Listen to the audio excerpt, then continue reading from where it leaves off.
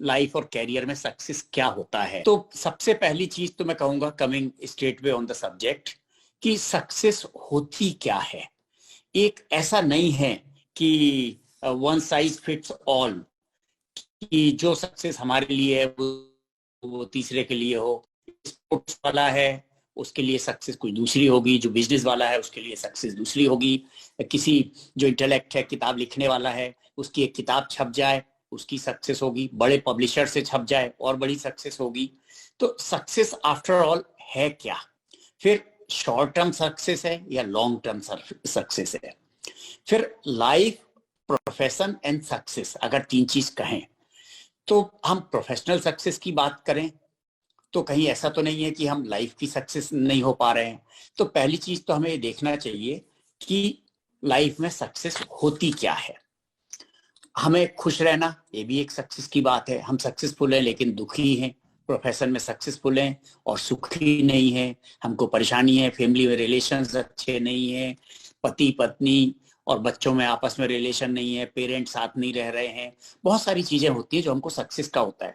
तो सबसे पहले तो मैं जैसे एक चीज कहूं, लाइफ के 4 फेज होते हैं। 25-25 साल के, आप 100 साल के मान लीजिए। आपने सनातन धर्म में कहा गया है कि पहले बाल काल है, फिर युवावस्था है, फिर जो भी अपना प्रोफेशनल है, वयस्क है, उसके बाद बनप्रस्थ, ऐसा है। हम 25-25 साल का मानते हैं। अब तो बच्चे जल्दी इंफॉर्मेशन एज में बड़े होने लगे, 16 साल, 17 साल, 18 साल, 20 साल में नौकरी पाने लगे। हम लोग के समय में 20।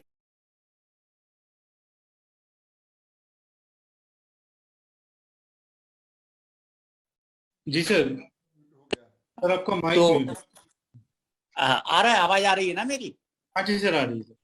अरे, तो लाइफ के 4 फेजेस होते हैं और मानते हैं कि शुरू के 25 साल जो उसके पढ़ाई लिखाई प्रोफेशन खोजने में ऑन एन एवरेज, जो सिविल सर्विसेज वगैरह है इसमें 21 साल की मिनिमम एज होती है, 30 साल तक जाती है, 32 साल तक जाती है। हम एवरेज 25 माने, पहली फेज हमारी 25 साल की होती है।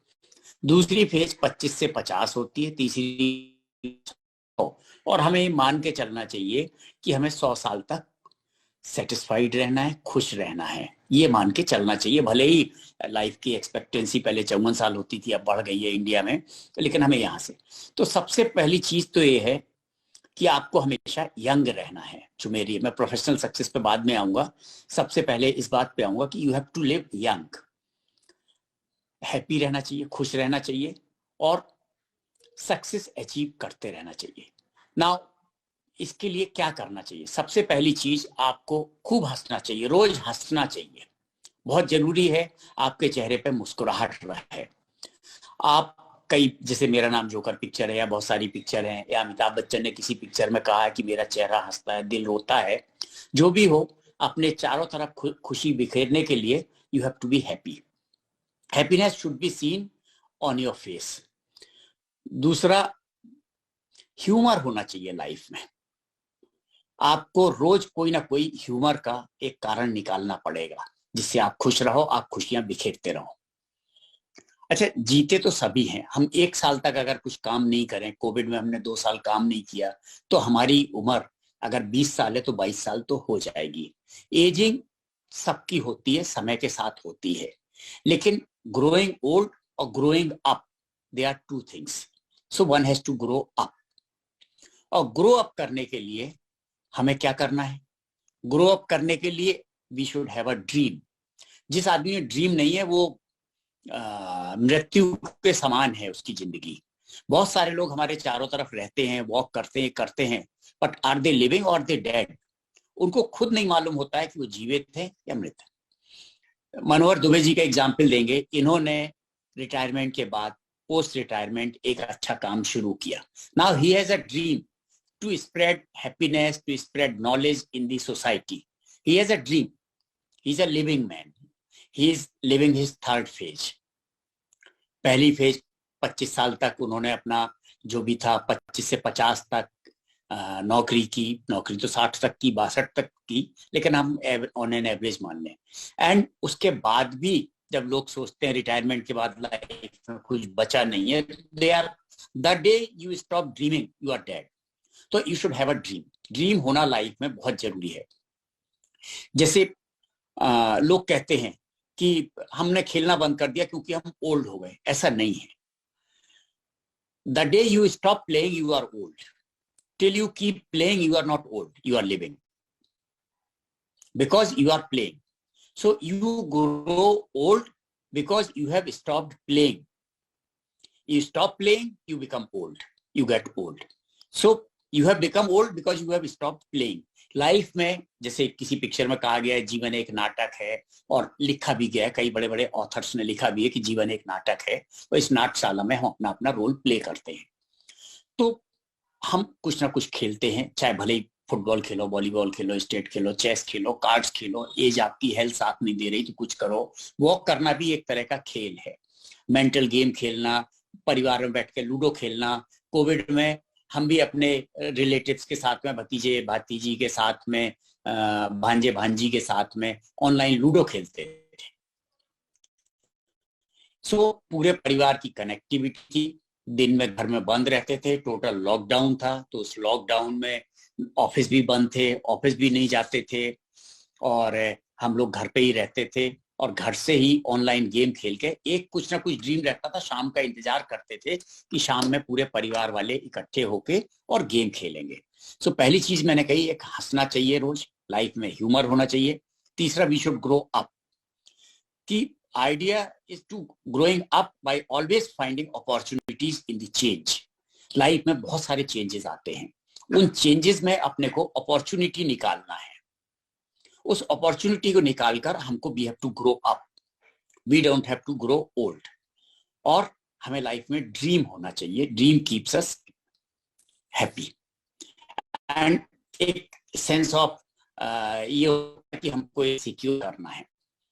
अच्छा, we should not have any regrets. कई बार हम भी और नौकरी के बाद, रिटायरमेंट के बाद ये कहते हैं अरे हमने ये नहीं किया.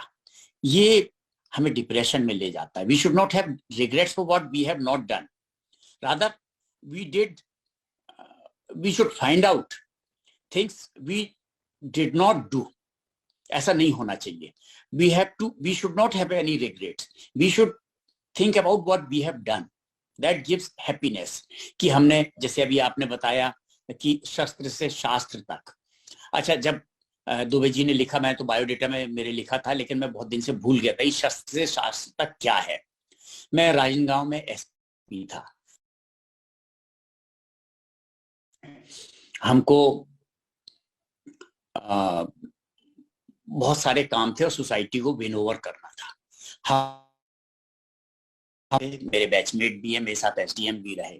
उस समय साक्षरता अभियान चल रहा था. मध्य प्रदेश में साक्षरता केरल और दूसरे प्रदेशों की तुलना में कम रही. उसमें जब हमारी साक्षरता कम थी तो हमने सोचा कि हम पुलिस को जब हम पब्लिक से इन्वॉल्व करने में लग गए कि साथ में कैसे उनसे मिले, कैसे एक कॉन्फिडेंस हो. क्योंकि नक्सल प्रभावित क्षेत्र में पॉपुलेशन 3 तरीके की थी. एक थी प्रो नक्सलाइट्स, दूसरी थी प्रो गवर्नमेंट, तीसरी न्यूट्रल, वो उसके कंट्रोल में रहती थी.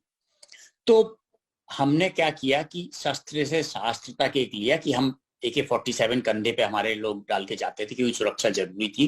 तो गांव-गांव में जाके और जो साक्षरता मिशन था उसका क्रियान्वयन कर रहे थे. तो वो कहीं पे लिखा था, एक छोटी सी बुकलेट भी तैयार की थी, शस्त्र शास्त्र तक उसका नाम लिखा था, और वो शायद मेरे बायोडेटा में. इसलिए दुबे जी को बहुत अच्छा लगा, क्योंकि लिटरेरी आदमी है दुबे जी, खुद भी कई जगह कलेक्टर रहे हैं, कमिश्नर रहे हैं. तो उनको वो साक्षरता अभियान, और उस समय वो भी एसडीएम और कलेक्टर रहे होंगे जब हम लोग राजनांदगांव में थे, तो होगा, और उनको वो चीज अच्छी लगी, इसलिए उन्होंने उसमें मेंशन किया. लेकिन हमने एक ड्रीम था हमारा कि हमें राजनांदगांव की साक्षरता बढ़ाना है, और हम 4-5% साक्षरता बढ़ा भी लिए थे एक्चुअल फिगर्स में. कमिंग बैक कि हमने 4 चीजें बताई कि हंसना चाहिए, ग्रोइंग ओल्ड नहीं है, ग्रोइंग अप होना चाहिए, ड्रीम होना चाहिए, और रिग्रेट्स नहीं होना चाहिए. खुशी होना चाहिए कि हम ये कर पाए. कर तो हम बहुत सारी चीजें नहीं पाए, लेकिन दूसरों को भी करें. मेरे एक एसपी साहब थे, वो हमेशा बोलते थे, हम हर चीज पे चिंतित हो जाते थे, तो बोलते तुम क्या शेषनाग हो कि पूरी दुनिया का बोझ तुम्हारे सर पे है. बूंद बूंद से समुद्र भरा है, छोटे छोटे अच्छे काम करते रहो, अंत में ये छोटे छोटे काम आपको एक सेटिस्फेक्शन देंगे, बड़ी सफलता मिलेगी आपको लाइफ में.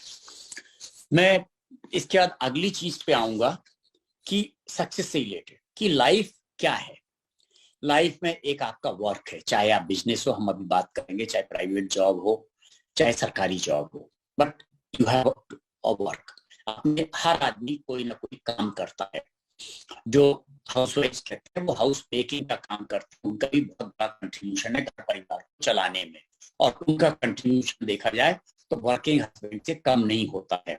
वो पूरे जो वर्किंग जो लोग कहते हैं हाउस वाइफ है, हाउस वाइफ ना कह के उसको होम मेकर कहना चाहिए। वो घर को बनाती है, घर को आपके माता पिता को संभालती हैं, सबका मेडिकल केयर, हेल्थ केयर, सबका सबका खाने का, रहन सहन का, घर की साफ सफाई का, हाउस कीपिंग का, कितना बड़ा काम करते हैं जो हम समझ ही नहीं पाते लोग। और मैं बात को आगे बढ़ाते हुए कि लाइफ को अगर अपन माने कि 5 बॉल हैं, उनमें एक कांच की है और 4 रबर की हैं। पहला है वर्क, दूसरी है फैमिली, तीसरा है आपकी हेल्थ, चौथा है फ्रेंड्स, और पांचवा है आपकी आत्मा, आपकी सोल। एक चीज हमेशा ध्यान रखिए कि वर्क में अगर आप आगे पीछे रह जाते हैं, पोस्टिंग सही नहीं होती है, कोई प्रॉब्लम हो जाती है, बिजनेस में लॉस हो जाता है, तो ये रिपेरेबल है, ये रिपेयर हो जाता है, you can again jump back. लेकिन अगर फैमिली में कोई प्रॉब्लम हो गई तो ये रिपेयर नहीं हो सकती है। हेल्थ में कोई प्रॉब्लम हो गई आपकी तो ये रिपेयर नहीं हो सकती है। आपके फ्रेंड्स के साथ प्रॉब्लम हो गई तो रिपेयर नहीं हो सकती है। अगर आपकी आत्मा को कष्ट हो गया है और आपने अपनी आत्मा खो दी है तो फिर आपको बहुत कष्ट होगा और ये रिपेयर नहीं होता है। तो लाइफ की अगर 5 बॉल माने तो वर्क है वो तो एक आपकी रबर की बॉल है, बाकी 4 बॉल है वो कांच की हैं। अगर एक बार वो गिर गई तो उसमें इरोजन हो जाएगा, उसमें ब्रेक हो जाएगा, उसमें कुछ ना कुछ डेंट आ जाएगा। तो हमेशा ये ध्यान देना है अपने को कि हर चीज को बराबर एलोकेट करें लाइफ में सक्सेसफुल होने के लिए। वर्क में सिंसियर रहें और सिंसियरिटी से अपना काम करें, एलोकेटेड आवर दें वर्क को। और फैमिली को भी समय देना पड़ेगा, बच्चों को भी समय देना पड़ेगा, क्योंकि बच्चे भविष्य होते हैं। हमारे सनातन धर्म में कहते हैं कि संतति सुख, हर धर्म में कुछ ना कुछ होता है, बच्चे सुख देते हैं। और हिंदुस्तान के कल्चर में बिकॉज हमारी फैमिली कल्चर अभी भी बरकरार है, हम वेरी वेल निट फैमिली में होते हैं, हमें बच्चों की चिंता होती है, बच्चों को पेरेंट्स की चिंता होती है। तो हमें अपनी फैमिली को भी अच्छा बनाना है, देखना है बच्चों में अच्छे संस्कार जाएं, शिक्षा अच्छी हो, और उसके बाद जो भी मानवता उनमें कूट कूट कर भरी हो, ये सब हमें करना पड़ता हमारी जिम्मेदारी। हेल्थ, हमें काम के साथ हम लेट वर्किंग आवर्स में हैं, दिन रात 24 घंटे काम करते हैं, बहुत सारे ब्यूरोक्रेट्स हैं और हम लोग दिन रात काम करते हैं, हमारी हेल्थ सफर करती है। कई एक्सरसाइज आती है कि ऑफिस में भी कैसे एक्सरसाइज कर लेते हैं, अपनी डाइट को रेगुलर खाना खाना है, रेगुलर स्लीप पूरी करना है, 6 घंटे की कम से कम स्लीप पूरी करना है, बहुत सारी चीजें हैं, छोटी मोटी एक्सरसाइज भी करना है। अगर आपको समय नहीं मिल रहा तो वर्क प्लेस पे कर लें। मैं खुद जब आईजी भोपाल था तो बहुत सारे मॉर्निंग में वीआईपी जाते थे और समय नहीं मिलता था मॉर्निंग वॉक का, तो मैं कई बार 2 बजे 3 बजे के जब घर आता था लंच में, तो पहले चेंज करके और एकांत पार्क है पास में, उस पर जाकर वॉक करता था, फिर लौट के आकर नहाता धोता था, फिर खाना खाता था। एक्सरसाइज करना बहुत जरूरी है आपको फिट रहने के लिए, आपकी हेल्थ ही होती है। आपके पास सब कुछ है। आज किसी ने पोस्ट किया किसी अरबपति के लिए कि उसने 5 करोड़ के टेबल पे, 200 करोड़ के घर पे और डाइनिंग टेबल पे, और केवल उसने बिना नमक के स्प्राउट्स खाए और एक भिंडी की सब्जी खाई और पता नहीं क्या खाया। तो और उसके बाद उसने कंपेयर किया कि एक किसान खेत में बढ़िया मसालेदार भिंडी खाता है, छोले खाता है, रोटी खाता है, और उसके बाद एक ढेला गुड़ खाता है मिठाई के तौर पे। नाउ हेल्थ, आपको ये 2 एग्जाम्पल है, पता नहीं सही या गलत है, लेकिन आज मैंने व्हाट्सएप पे पढ़ा, बट बड़ा लॉजिकल है कि आपको हेल्थ का ध्यान देना पड़ेगा। और नो एज इज लेट, हर एक्सरसाइज में कभी भी ये नहीं होता है कि कोई लेट है, कभी भी शुरू कर सकते हैं। फ्रेंड्स लाइफ में बहुत जरूरी है, फ्रेंड से सुख दुख शेयर करते हैं, बहुत सारी चीजें जो आप अपने परिवार में अपनी पत्नी से शेयर नहीं कर सकते हैं, परेशानियां, अगर फ्रेंड्स मिल जाए। मैं कई लोग से कहता हूं कि अगर उसके पास अच्छा दोस्त होता तो वो सुसाइड नहीं करता, अगर वो बात कर लेता अपने दोस्त से तो सुसाइड नहीं करता। हमारे पुलिस के जीवन में बहुत सारे ऐसे सुसाइड्स हुए जिस पर मुझे लगा कि ये सुसाइड रुक सकता था। और अंत में मैं कहूंगा कि आपकी आत्मा, आज अगर मेरी आत्मा मुझसे मैं दुखी हूं तो मेरी कोई सक्सेस नहीं है। तो सक्सेस के लिए वर्क, फैमिली, हेल्थ, फ्रेंड और सोल, इन सब में एक बैलेंस बनाना चाहिए। और इस बैलेंस के लिए आप में एक आदत ना कहने की भी होना चाहिए। वन शुड लर्न टू से नो। जो सेल्फिश नहीं होते हैं आप, आपको कई बार देखना पड़ता है कि हमारी इस समय की प्रायोरिटी क्या है। आपने फिल्मों में देखा है कि पत्नी के बर्थडे पे पति कहीं व्यस्त हो गया, नहीं पहुंचा, और केक काटने के लिए रात भर इंतजार करती रही, और फिर वही डाइनिंग टेबल के पास में जमीन में लेट के सो गई। ये छोटी छोटी चीजें हैं, but we will have to take care. हमारी हिंदी मूवीज हमको बहुत वैल्यू सिखाती हैं, और पुरानी पिक्चर्स तो बहुत ज्यादा वैल्यू सिखाती थी।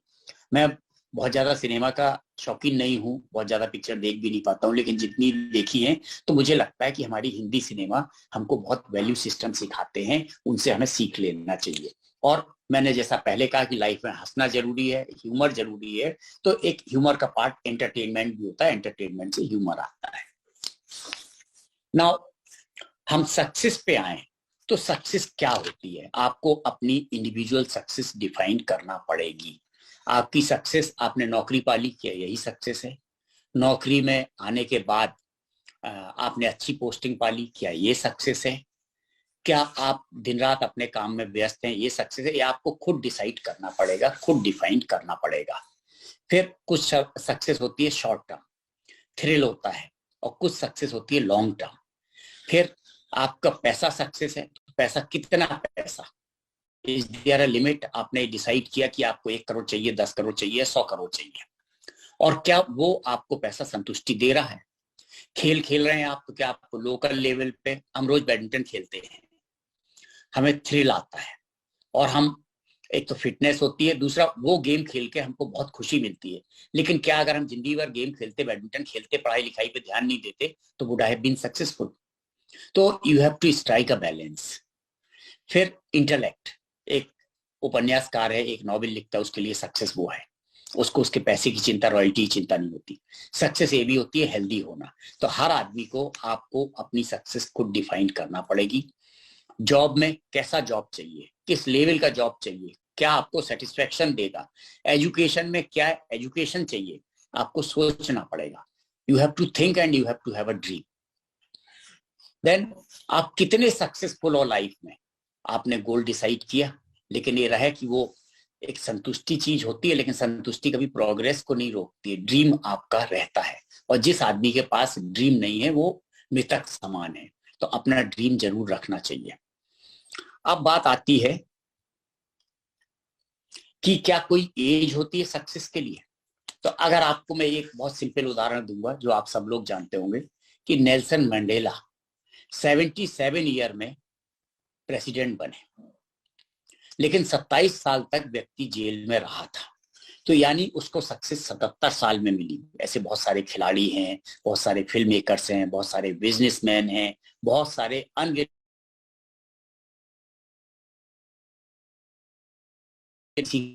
को 16 साल में मिली कि 77 में मिली। तो कोई टाइम लिमिट नहीं है, कोई नहीं है सक्सेस की। जिस दिन आप सोचना शुरू करें, उस दिन से आपकी सक्सेस शुरू होती है।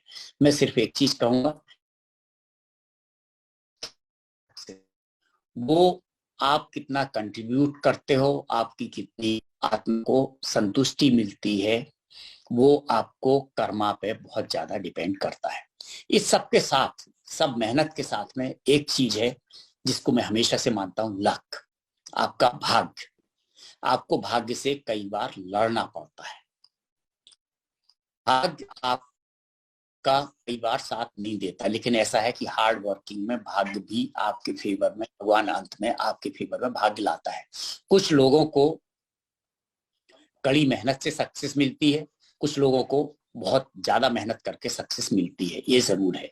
लेकिन सक्सेस बिना स्ट्रगल के नहीं होती है, and end of the struggle leads to success.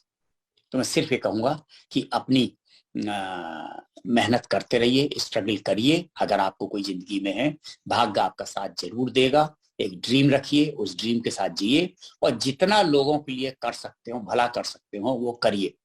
हम लोग के पास, दुबे जी के पास भी आते हैं, बहुत सारे लोग आते हैं, हमें मालूम ही नहीं होता कि कब हम एसडीओपी थे, किसकी मदद की थी, किसकी हमने किडनैपिंग रोकी थी, किस बच्चे को रिकवर किया था, किसकी जमीन वापस दिलाई थी, किसको गुंडों से बचाया था, हमें याद भी नहीं रहता। और लोग आके जब बताते हैं कि आपने ऐसा किया था, ये सक्सेस है।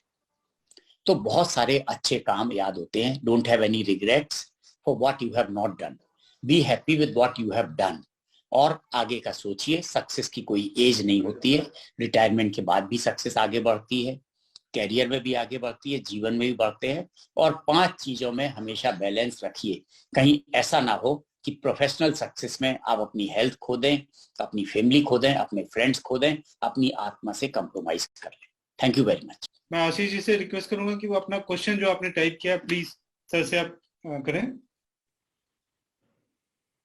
और डॉक्टर आशुतोष गोस्वामी जी, इसके बाद मैं आपका क्वेश्चन लेता हूँ। आशीष जी प्लीज आप अपना क्वेश्चन करें, माइक अनम्यूट करके। सर मेरा क्वेश्चन ये है, जैसे मैं अभी वर्तमान में सिविल सर्विसेज जॉब के लिए तैयारी कर रहा हूँ, लेकिन बीच में ऐसा लगता है कि बिजनेस में जंप कर लेना चाहिए, तो कंफ्यूजन आता है इस स्टेज में। देखिए, कंफ्यूजन सबको आता है। आपकी डेस्टिनी आपको कहाँ खींच रही है, मैंने क्योंकि लक भी बोला है, वो भी बहुत जरूरी है। मैं खुद भी कभी पुलिस अफसर नहीं बनना चाहता था। मैं आपको अपनी स्टोरी बताता हूँ, आप समझिए। मैं साइंटिस्ट बनना चाहता था, बनारस हिंदू यूनिवर्सिटी में पीएचडी कर रहा था, रिसर्च कर रहा था। सडनली हमें लगा मैं फॉरेस्ट इकोलॉजी में रिसर्च कर रहा हूँ और फॉरेस्ट में ज्यादा कंट्रीब्यूट करता हूँ, तो मुझे जो रेस्ट हाउस था उसकी परमिशन डीएफओ से लेना पड़ती थी। तो जहाँ पे मैं जाता था, जिस जंगल में रिसर्च करता था, तो मैंने सोचा कि मैं फॉरेस्ट ऑफिसर ही बन जाता हूँ। मालूम पड़ा आईएफएस का एग्जाम देना पड़ता है, तो मैंने आईएफएस का फॉर्म भर दिया। आईएफएस का जब मैं एग्जाम दे के आया, जब तैयारी कर रहा था, किसी ने बताया इसमें तो सीट्स बहुत कम है, पूरे हिंदुस्तान में केवल 100 सीट है, और जब तुम एग्जाम दे ही रहे हो, अब रिसर्च से आगे बढ़ रहे हो, तो सिविल सर्विसेज भी दे दो। 29 सर्विसेज हैं, 800-900 सीट होती है। तो मैंने सिविल सर्विसेज का भी फॉर्म भर दिया। उसके बाद आईएफएस का जब मैं एग्जाम दिया, और उसके बाद प्रीलिम्स आ गया, मैंने प्रीलिम्स भी दे दिया सिविल सर्विसेज का। आईएफएस का जब मैं एग्जाम दिया तो मैंने रियलाइज किया कि आज 2 पेपर, आज एक पेपर बॉटनी का, अगले दिन जियोलॉजी का। मेरे बॉटनी जियोलॉजी ऑप्शन थे, क्योंकि मैं बॉटनी जियोलॉजी केमिस्ट्री से बीएससी किया हुआ था, एमएससी बॉटनी किया हुआ था। तो मुझे लगा कि जब सिविल सर्विसेज दूंगा तो 2 पेपर आज बॉटनी के देंगे, अगले दिन 2 पेपर जियोलॉजी के देंगे, हम इतना रिवाइज नहीं कर पाएंगे। मुझे अपनी लिमिटेशंस मालूम थी। तो मैंने क्या किया, एक नया सब्जेक्ट खोजा कि बॉटनी तो मेरी मदर टंग हो गई थी, एमएससी किया, पीएचडी किया, करना है।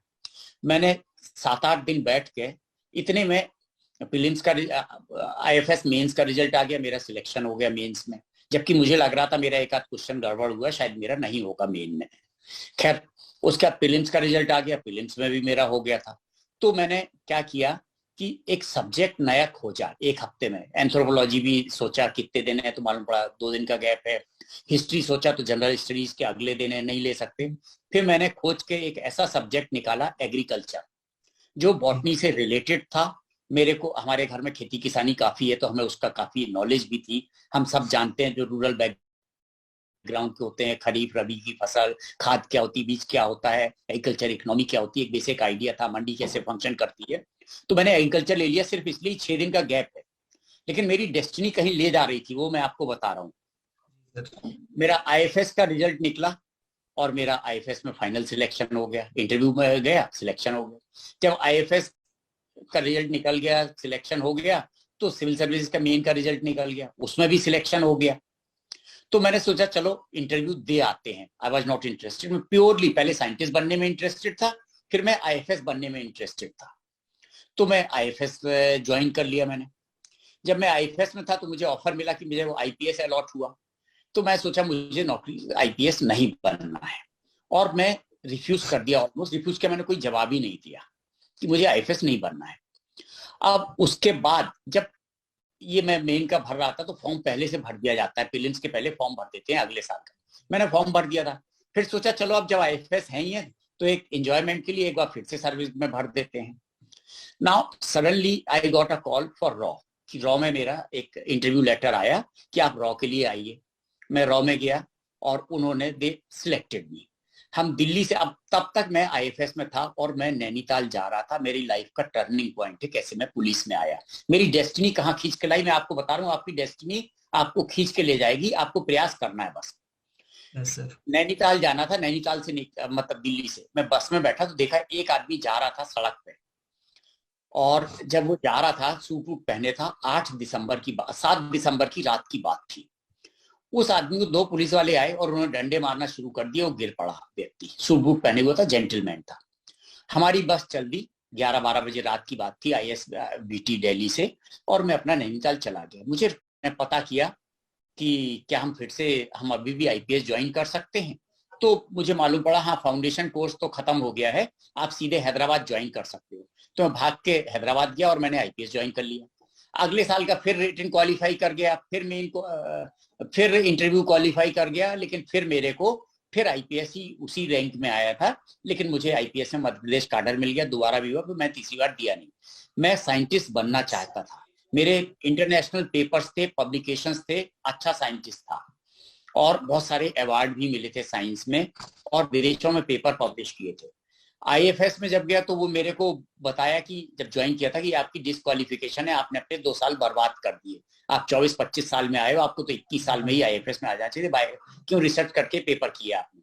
पुलिस में गया तो भी देता था, शराब नहीं पीता था, पान नहीं खाता, महोबा का रहने वाला हूँ, बनारस में पढ़ा लिखा लिए जाने जाते, लेकिन नहीं खाता था। धन्यवाद। तो मैंने पिताजी को चिट्ठी लिखी, डिसीजन था, तो पिताजी ने कहा अब कर लिया है तो कर लिया, लेकिन ये फेल हो जाएगा पुलिस में। Doctor Ashutosh Goswami sir. जी सर प्लीज। नमस्कार, मेरी बात आवाज आप तक पहुंच रही? हाँ जी सर। जी आ रही है, आवाज आ रही है, आपका वीडियो म्यूट है लेकिन। सर बहुत ही इंटरेस्टिंग सेशन है। कार्यक्रम में मैं नियमित रूप से होता हूँ, दुबे सर सागर में रहे, व्यक्तिगत बातें आपसे शेयर करना चाहता हूँ। मुझे ऐसा लगता है संबंध जो है वो उस समय वो जो टेम्परामेंट है ऑफिस का वो इस तरह नहीं है, जो है किसी बात पे वो हॉट टॉक हो रही है, अधिकारियों में आपस में जो है किसी विषय को लेके जो है विरोधाभास है, और उसका ऑफिस का टोटल एटमॉस्फियर उतना एनर्जेटिक और पॉजिटिव नहीं है। उन परिस्थितियों में मैं अपने को खुद को डिस्टर्ब महसूस करता हूं, और वो मानसिक रूप से वो प्रेशर मेरे पर रहता है, और मैं पूरा दिन जो है मैं नॉर्मल नहीं रह पाता हूं उन यद्यपि मैं सीधे कभी नहीं उसमें इन्वॉल्व होता, लेकिन वो परिस्थितियां जो है, ऑफिस का एटमॉस्फियर जो है वो इस तरह रहता है कि मैं अपने को नॉर्मल नहीं महसूस करता, और वो प्रेशर शाम तक मेरे उस पर रहता है। फैमिली में भी वो रिफ्लेक्ट होता है। और सर दूसरा प्रश्न मेरा था, मैं पिछले जो मैं अपना स्पान देखता हूँ, आपने ये कहा, एक बड़ा अच्छी बात कही, नो कहना सीखी, और मैंने ये कई बार वो है मेरे उसे, मैं उस समय नो नहीं कह पाया कुछ। उस नो ना कह पाने का रिग्रेट सर मैं आज तक नहीं भूल पाता, और मैं जो है अपने को जो है बहुत बुरी तरह से मानसिक रूप से भी ओवरकम करूं, मैं आज तक नहीं समझ पा रहा हूं। मुझे ऐसा लगता है कि मैं अगर उस समय नो कहता किसी सत्य के लिए, आज शायद वो संतुष्ट था। अब मैं उस ना कहने के आज भी उस रिग्रेट से कम नहीं हो पाता हूँ। तो सर मैं आपकी जहां तक बात समझा, पहली चीज चीजें होती हैं जो आप चेंज कर सकते हो, कुछ चीजें होती हैं आप चेंज नहीं कर सकते हो। जो आप कहा 11-12, तो मैंने यार मैं तो वाइफ के ऑफिस में कभी जाता ही नहीं हूँ, एक बना लिया था। तो केवल एक बार, मतलब 35 साल नौकरी की है मैंने, 27 साल हमारी शादी के हो गए हैं, वो स्टिल है, हमने उसका कोई ऑफिस नहीं देखा। हम बल्ला भवन में भी रहे दोनों लोग, तो हम दोनों एक दूसरे के कमरे में नहीं गए, क्योंकि हमने डिसाइड किया उसको। अब वो कहती है, उसके बाद वो कहना शुरू किया, तुमने बहुत अच्छा किया कि हम ऑफिस घर में डिस्कस ही नहीं करते, घर में घर परिवार। मैंने आपको 5 चीजें बताई थी कि फैमिली आपकी इंपॉर्टेंट है लाइफ में सफल होने के लिए, संतुष्ट होने के लिए। आप घर आइए, वाइफ के साथ लूडो खेलिए बैठ के, यू मस्ट प्ले समथिंग, दोनों वॉक करने जाइए, घर परिवार की बात करिए, गार्डनिंग की करिए, बच्चों की बात करिए, बच्चों को समय दीजिए। अगर बच्चे साथ नहीं रहेंगे तो आपको कैसे समझेंगे, आप उनको कैसे संस्कार दोगे? तो आप ऑफिस को तो ऑफिस में भूलिए, और ये एक मेंटल प्रैक्टिस है। दूसरा, आपने कहा कि आप नो नहीं कह पाए। मैंने कहा कि मैंने खुद देखा है कि नो कहने के बाद बहुत संतुष्टि होती है, लेकिन एक चीज और कही है मैंने कि सक्सेस के लिए कोई एज नहीं होती है। आज से जब भी आप सीख लो नो कहना, तब से हर चीज का बैलेंस है, हर चीज में ना नहीं कहना। ना कहने का मतलब ये नहीं है कि मैं ये काम नहीं करूंगा, ना नहीं कहने सर, का गलत को देखते हुए ना कहना, यस, ये इसकी हिम्मत, अपने और उसका वरिष्ठों देखिए, के गलतों को ना कहने की हिम्मत। हाँ, और वही मैं कह रहा हूं, आपकी आत्मा कष्ट दे रही है। मैंने जीवन की जो 5 चीजें बताई थी, work, family, friends, soul, health, तो आपकी आत्मा को कष्ट होता है, और आत्मा का कष्ट होता है तो रिफ्लेक्शन होता है डायबिटिक हो गया। हाँ परिवार पे। आप मेरा नंबर ले लीजिएगा, आप मेरे से बात करिएगा, मैं आपकी डायबिटीज ठीक करवा दूंगा। सर वो सर हाँ, मेरा नंबर ले लीजिएगा, मैं आपकी डायबिटीज ठीक करा दूंगा। सर ये सर मैंने कई लोग को आप एक चीज मान लीजिए, diabetes is a reversible disease. ये एक मेरा ये मानना है, मैं कई लोग की शुगर ठीक करा चुका हूँ, ऑफ मेडिसिन करा दिया हूँ, लेकिन हाँ स्ट्रिक्ट डाइटरी पैटर्न आपको ऑब्जर्व करना पड़ेगा। तो आपकी दोनों बातों का कि आपने नो नहीं कहा, लेकिन एक चीज मैंने और कही, never have regrets for what you have not been able to do, be happy with what have you done. आप उसको भूल जाइए, अपने उसको वॉश आउट करिए अपनी मेमोरी से, अपना जो फ्लैश मेमोरी है उससे उसको डिस्चार्ज कर दीजिए। आप ये याद करिए कि आपने क्या क्या अच्छे काम किए हैं, किन किन लोगों का भला किया है। आप शिक्षा विभाग में आपने कितनों को इतना कंट्रीब्यूशन है आपका, कितने लोग शिक्षित हुए हैं, संस्कार पाए हुए हैं, दोस्तों को काम सिखाया है, जूनियर्स को फाइल लिखना सिखाया है, वो याद करिए।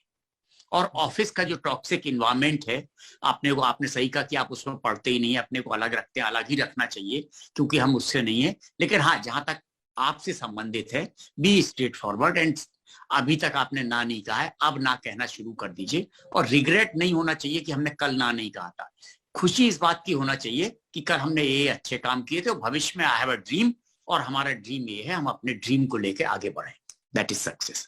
सर एक क्वेश्चन था सर मेरा कि अभी जैसे कि हमने आईआईटी का प्रिपरेशन किया था, तो जब हम प्रिपेयर कर रहे थे सर, तो बीच में ऐसा हो रहा था कि जैसे 12th में कम परसेंट थे तो उसका बहुत ज्यादा रिग्रेट हुआ, और फेलियर का वो हमेशा ही रहता है दिमाग में, मतलब कि कैसे हैंडल करें, क्योंकि एट द एंड जब आप पढ़ते हो तब आपको उस मतलब बुक में ही रहना चाहिए, लेकिन वो हो ही नहीं पाता था सर। मतलब इतना ट्राई किया, पर किसी भी क्लास में मतलब 40 मिनट की क्लास में 15 मिनट से ज्यादा फिर यही होता था कि होगा नहीं होगा, क्या होगा, हमेशा मतलब यही चलता रहता था सर।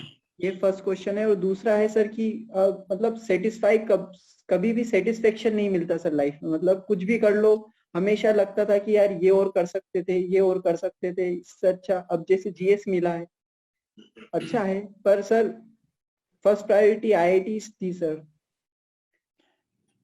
ओके देखिए, मैं पहली चीज तो आपको बताऊं, कोई हीन भावना अपने में नहीं लाना चाहिए। आप देखिए सत्या नडेला किस पोजीशन पे हैं, कहाँ के पढ़े हुए हैं, मणिपाल के पढ़े हुए हैं, he is not an IITian. तो और ये क्या होता है जो मैंने बताया, LUCK, ये लक जो है भगवान देता है ना। ये मैंने जब आपको अभी थोड़ी देर पहले आपने सुन रहे होंगे कि मैंने एग्रीकल्चर ऑप्शनल लिया सिविल सर्विसेज में, और बहुत ज्यादा नंबर पाए एग्रीकल्चर में, जो मेरा अपना सब्जेक्ट था उसमें नहीं पाए। मेरे एक सीनियर थे डॉक्टर PK नंदी, वो इप्को में भोपाल में ही पोस्टेड थे, फिर वो यूनाइटेड नेशंस और सब में काम किए, वो भी सिविल सर्विसेज दे रहे थे, वो एग्रीकल्चर लेकर सिविल सर्विसेज दे रहे थे। मैं उनके पास गया और मैंने उनसे कहा कि मुझे दादा मुझे सिखाइए, तब मेरे सीनियर थे, उन्होंने मुझे किताबें भी दी, क्वेश्चन आंसर भी दिए, मुझे एग्रीकल्चर पढ़ना सिखाया, क्यों लाइफ में कभी एग्रीकल्चर पढ़ा नहीं था। और जब मैं एग्जाम दे के आया, इलाहाबाद मेरा सेंटर था, तो जब बाहर निकले तो उन्होंने पूछा, दोनों हमने क्वेश्चन पेपर डिस्कस किए, तो उन्होंने बताया, तो मुझे तो 5-7 क्वेश्चन आते थे केवल, मुझे तो उससे ज्यादा आता ही नहीं था, क्योंकि कुल 3 महीने की पढ़ाई थी। तो मैंने पढ़ा था हर क्वेश्चन के आंसर में मैं वही लिख आया। दादा खूब हंसे और पूछे मेरे से तुम्हारा पहला अटेम्प्ट है ना? मैंने हाँ। बोले अभी कोई बात नहीं है, उनमें 3 अटेम्प्ट होते। बोले अभी तुम्हारा 2 अटेम्प्ट बाकी है, डोंट बी डिसहार्टेंड। दादा बहुत अच्छा क्वेश्चन पेपर करके आए थे, और जब रिजल्ट आया तो मेरे मार्क्स दादा से लगभग दुगने थे एग्रीकल्चर में, जबकि ना मुझे आता था, वो मेरे गुरु थे, वो मेरे से 100 गुना ज्यादा जानते थे, ना मैंने क्वेश्चन पेपर इतना अच्छा किया था। लेकिन मेरे लक में मेरी डेस्टिनी मुझे पुलिस में ला रही थी, मुझे सिविल सर्विसेज में ला रही थी। भगवान जाने एग्जामिनर को मेरे आंसर्स में क्या चीज पसंद आई कि मुझे one of the highest in the country marks मिले एग्रीकल्चर में। और जो मेरा अपना सब्जेक्ट था बॉटनी, उसमें बहुत खराब मार्क्स मिले, बहुत खराब मिले। तो ये आपकी किस्मत है। तो पहली चीज तो आप ये भावना निकाल दीजिए कि आपका आईआईटी में नहीं हुआ, जहां है वहां पे बेहतर से बेहतर करिए आप। पहला तो आपका इस चीज का कोई हीन भावना रखना नहीं है। दूसरा, आपको एक ड्रीम, आप कहते हैं ना कि ये हो गया होता, पास्ट को तो भूल जाइए, आप उसको रिवर्स कर सकते हो। नहीं सर। जिस चीज पे आपका कंट्रोल नहीं है, ऐसी खराब मेमोरीज को वॉश आउट करो। आप तो ये सोचो कि भविष्य में क्या कर सकते हो, आपकी फैमिली क्या चाहती है, आपके पेरेंट्स क्या चाहते हैं, आप खुद क्या चाहते हो। Take a piece of paper और आप उसमें रोज शाम में लिखिए कि आज कल हमें ये काम करना है। अपने छोटे छोटे गोल बनाइए। अगले दिन शाम में लिखिए कि आज मैंने कल जो मैंने आज के लिए बनाया था उसमें से इतना हो गया है, इतना रह गया है। उसको कैरी फॉरवर्ड करिए और कल के लिए फिर अपने काम लिखिए। उस काम में आपकी फिजिकल एक्सरसाइज भी होना चाहिए, जिसमें आपकी हेल्थ बहुत बड़ी चीज है। गोस्वामी जी को देख के लगता है कि उन्होंने ऑफिस की स्ट्रेस ले ली, डायबिटिक हो गए। डायबिटीज एक ऐसी साइलेंट किलर है कि सब ऑर्गन्स को खराब करती है। किडनी भी खराब करेगी, लिवर भी खराब करेगी, हार्ट अटैक देगी, 50 चीजें देगी। लेकिन अभी भी मौका है, it's never late. Now I believe, क्योंकि मैं बहुत सारे लोगों को देखा है, ऑफिस की स्ट्रेस मैंने देखी है। तो स्ट्रेस में ब्लड प्रेशर होता है, घर पे निकालते हैं। लोग कहते हैं ना, जब ऑफिस में, आप तो बच्चे अभी नहीं, गोस्वामी जी एग्री करेंगे, जब ऑफिस में बॉस आता है और सब पे चिल्लाना शुरू करता है तो हम लोग कहते हैं बीवी से झगड़ा होके आया होगा, इसलिए इसका ब्लड प्रेशर बढ़ा हुआ है। तो जो स्ट्रेस है ये कहीं ना कहीं कोई ना कोई प्रॉब्लम देता है। जब आदमी स्ट्रेस होता है, जो चिल्लाने लगता है, लड़ने लगता है, उसका ब्लड प्रेशर बढ़ जाता है। तो एक तो आप कोई स्ट्रेस मत लीजिए, हैव अ ड्रीम, पास्ट को भूल जाइए, एकदम भूल जाइए कि आईआईटी में नहीं हुआ। आप तो ये कहो कि आप you are better than IIT, ये आपकी किस्मत है। मैंने अपना व्यक्तिगत एग्जाम्पल दिया, जो मेरा गुरु था, मुझे पढ़ाता था, जिसने मुझे सिखाया, उसका सिविल सर्विसेज में कहीं नहीं हुआ and he joined as scientist. और मैं जिसको केवल 5 क्वेश्चन का ही आंसर आता था हर पेपर में, चाहे जो पूछो मुझे वही 5 आते, मैं तो वही उत्तर लिखूंगा, मुझे उसके अलावा कुछ आता ही नहीं था, and gets highest marks in the country. किस्मत बहुत बड़ी चीज होती है, लेकिन किस्मत क्या होती है, चेस बोर्ड की तरह होती है। सफेद और काले खाने होते हैं ना लाइफ में, तो खराब और अच्छा हम ये मानते हैं 50% काले घर होते हैं चेस बोर्ड में, 50% सफेद घर होते हैं। हर आदमी अपनी उम्र के बाद अपने अपने हिसाब से 50% सफेद चलता है, और खासतौर से नौकरी में हम लोग देखते हैं 50% सफेद चलता है, 50% काले चलता है। जो लकी होते हैं वो व्हाइट ज्यादा चल लेते हैं, जो अनलकी होते हैं वो ब्लैक ज्यादा चलते हैं। तो अपने फेज को लेकिन हमेशा एक पॉजिटिविटी होना चाहिए। अपना ड्रीम बनाओ और ड्रीम को अचीव करने के लिए सब कुछ लगाओ। मैं तुमसे एक चीज पूछूंगा, क्या कोविड तो नहीं हुआ था आपको? हुआ था। Covid gives depression. कोविड से कई लोगों ने सुसाइड भी किया है। एक कोविड बहुत ही विचित्र चीज थी जिसका कुछ नहीं है, लेकिन मैंने क्योंकि एक जनरल हम समाज के बारे में और सोसाइटी के बारे में, कोविड में मैंने बहुतों की मदद की, सब कुछ की। तो कोविड डिप्रेशन देता है। आप ये डिप्रेशन एक बीमारी होती है, तो आप ये कोविड से बाहर निकलो। मैं एक बच्चा था, अस्पताल में भर्ती था, वो अपने पेरेंट्स को डांटने लगा और इरिटेट होने लगा और बोला मुझे अस्पताल में नहीं रहना है। उसको 72% उसके लंग्स इन्फेक्टेड थे, वो थे। मैंने उसको एक दिन फोन किया, उसके फादर को। मैं then I phone him that child, उसके फादर मेरे दोस्त थे। मैंने कहा बेटा सुनो, तुम जो बोल रहे हो इरिटेट होकर, जो माँ बाप को बुरा भला कह रहे हो, तुम नहीं बोल रहे, तुमको भूत लग गया है। ये भूत बोल रहा है तुम्हारे अंदर का, तुम नहीं बोल रहे। कोविड एक भूत है जो तुमसे ये चीजें करा रहा है, इरिटेट करा रहा है। यू वॉन्ट बिलीव, उसको मेरी बात इतनी समझ में आई, ही रिग्रेटेड। उसको एक वेंटिलेशन चाहिए था अपने मिसबिहेवियर के लिए। उसने कहा वो कोविड की वजह से मैं कर रहा था, उनके फैमिली रिलेशन सुधर गए। उसका फादर मेरे पास आया कि आपने तो एक शब्द में एक बार बात करके उसकी काउंसलिंग करके वो दवाई भी खाने लगा, पेरेंट्स की इज्जत भी करने लगा, खाना भी खाने लगा। नहीं तो कोविड में ना वो दवा खाता था, ना वो खाना खाता था, ना कोई से अच्छे से बात करता था, अस्पताल में भर्ती था। फादर ने हिम्मत की, ट्रिपल मास्क लगा के, और वो कोविड वार्ड में घुस गया और वहां जाके बच्चे को बताता था, नहीं तो बच्चे को खो गया होता। और जब मैंने फादर की स्थिति देखी तो मैंने बच्चे से मेरी बात करा, उसको मैं समझाया, बेटा तुम्हारा मिसबिहेवियर तुम्हारा नहीं है, ये होम्योपैथी की दवा ले लो। कुछ होम्योपैथी दवाई थी जो ऑक्सीजन लेवल बढ़ाती थी, एलोपैथी के साथ में होम्योपैथी दवाई ली। ईश्वर उसकी डेस्टिनी डिसाइड किया था, उसको कोविड से बाहर आना था। बहाना हुआ कि वो हमारी होम्योपैथी की जो दवाइयां थी उसका वेंटिलेटर हट गया, एक्सटर्नल फोर्स ऑक्सीजन हट गई, वो होम्योपैथी की दवाइयां लेने से। क्या है सत्यता हमें नहीं मालूम। जिंदगी में, दुनिया में कैसे दुनिया चल रही, बहुत सारे एनिग्मा है और हम भगवान पे भरोसे छोड़ देते हैं, भगवान ऐसा करता है। तो ये कोविड का डिप्रेशन है जो आपको कहता है कि अगर और अच्छा कर सकते थे, ये हो सकता था, सक्सेस नहीं मिल रही है, ये नहीं हो रहा, संतुष्टि नहीं मिल रही है। अपना एक ड्रीम डिसाइड करो and give your 100% to that dream, कि ड्रीम को आपको करना है। Balancing your family, your friends, friends में भी अच्छे बुरे जानिए। बहुत सारे लोग बरगलाते हैं, it's very difficult to get a friend. वो फ्रेंड देखिए सही में फ्रेंड है या आपसे जेलसी रखता है। हमने एक टर्म कॉइन किया, फ्रेनिमीज।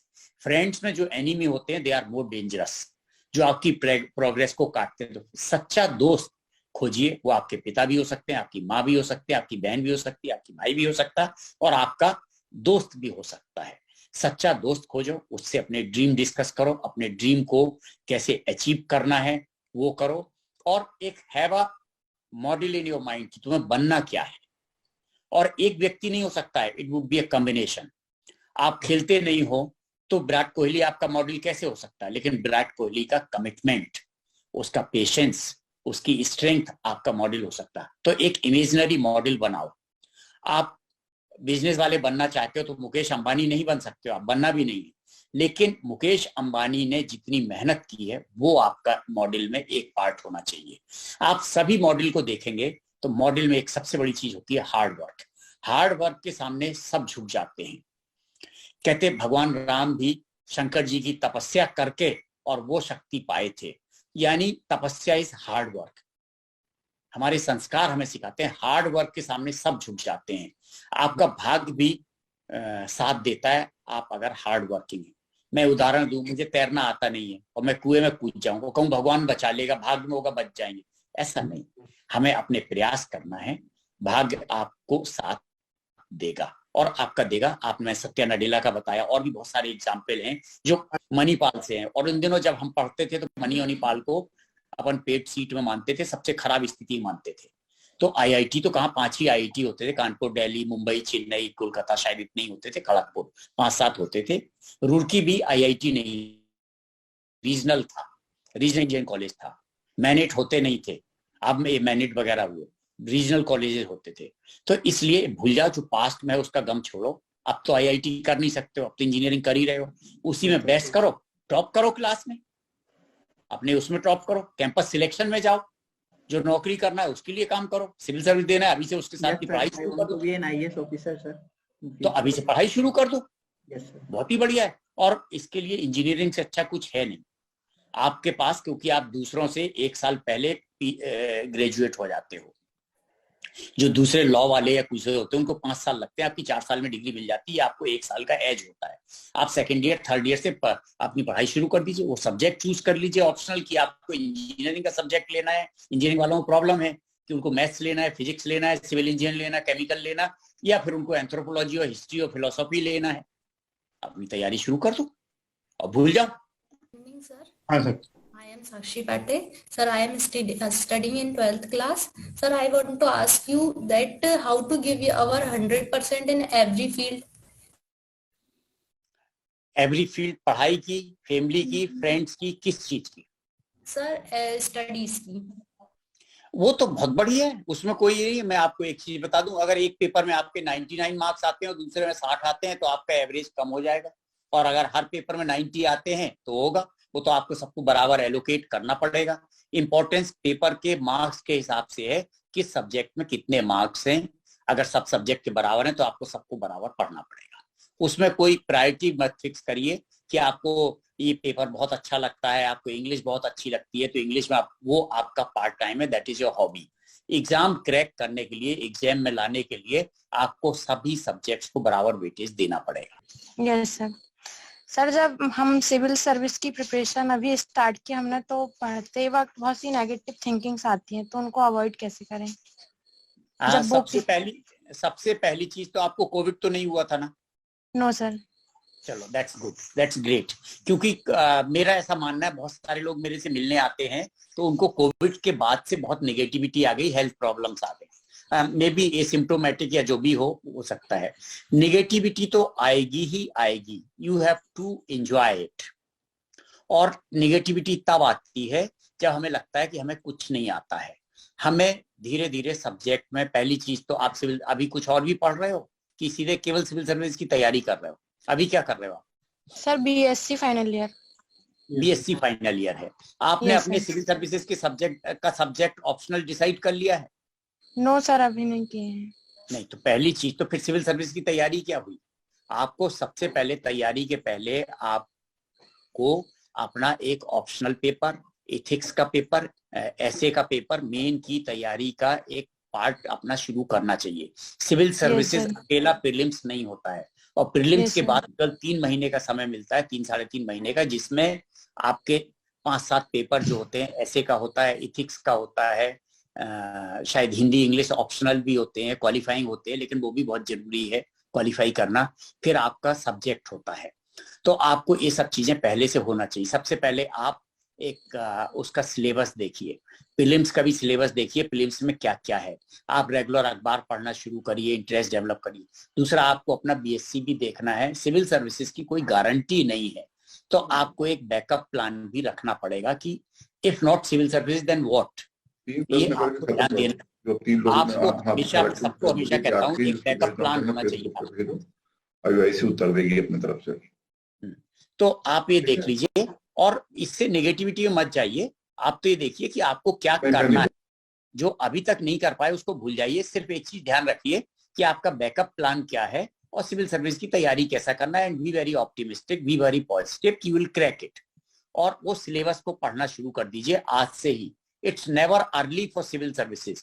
4-5 साल 6 साल की तैयारी लगती है। लोग कहते जरूर है कि वो पहले अटेम्प्ट में आ गए, दूसरे अटेम्प्ट में आ गए, लेकिन वो 2-3 साल पढ़ते रहते हैं पहले से। और इंजीनियरिंग वालों का तो मुझे मालूम है, कई लोग को मैं जानता हूँ।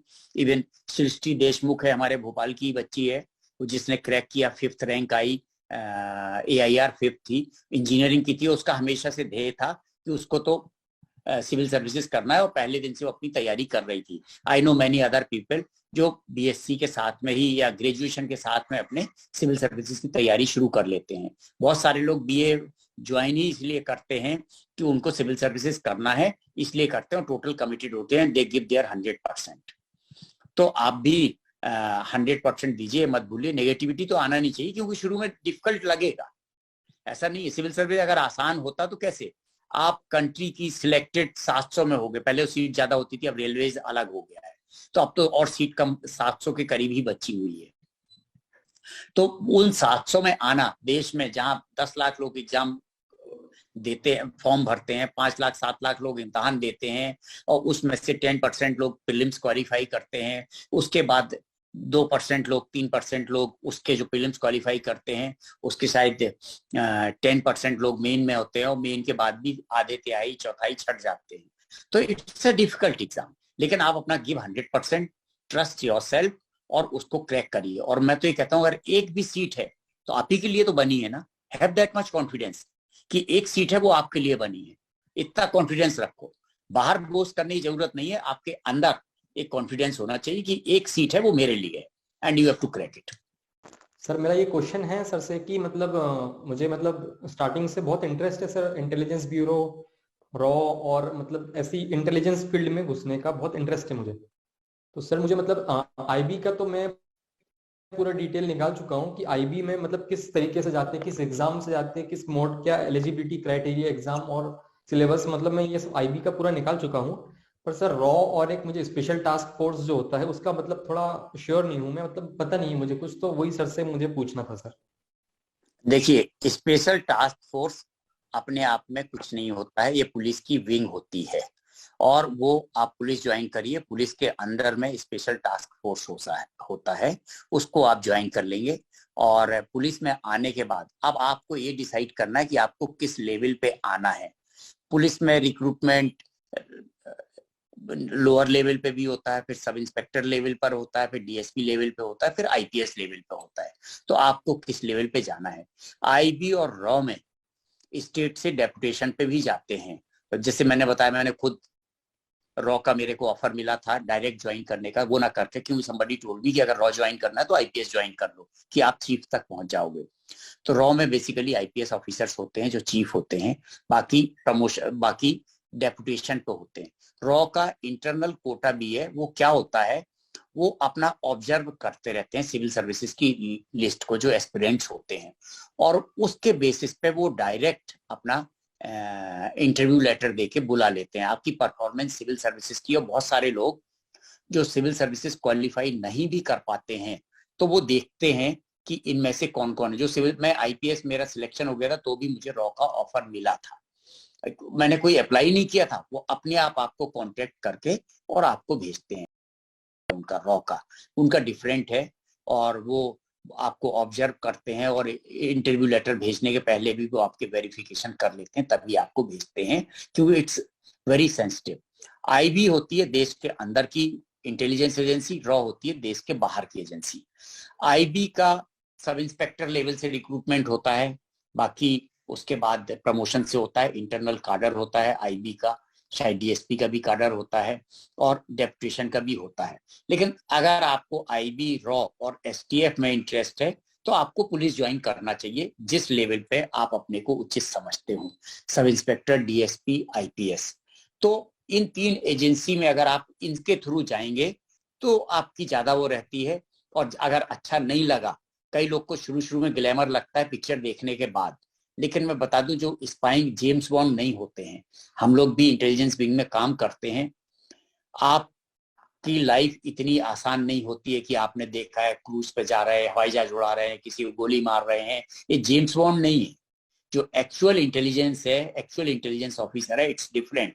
आप अगर डोभाल साहब का सुने तो उन्होंने लाहौर में 7 साल रिक्शा चलाया था, ऐसा कहते हैं, जो कंट्री के हमारे नेशनल सिक्योरिटी एडवाइजर हैं, वो इज एन आइकन, आईबी के चीफ रहे हैं, इस समय देश की सुरक्षा देख रहे हैं, आप बड़े बड़े उस पर देख रहे होंगे। तो वो भी लाहौर में जाके देश के लिए और रिक्शा भी चलाए हैं। ये बहुत सारे, ये तो कहानी सामने आ गई, लेकिन कितने इंटेलिजेंस वाले हैं जिनकी कहानी नहीं आती है सामने। रॉ वालों की खासतौर से कहानी सामने आती ही नहीं है, और वो इनकॉग्निटो लाइफ जीते हैं। आपको जेम्स बॉन्ड को देख के आप इंटेलिजेंस ऑफिसर मत बनिए, सलमान खान, शाहरुख खान, इनको देख के आप इंटेलिजेंस ऑफिसर मत बनिए। ये जो पिक्चरों में दिखाते हैं वो नहीं है, एक्चुअल लाइफ डिफरेंट।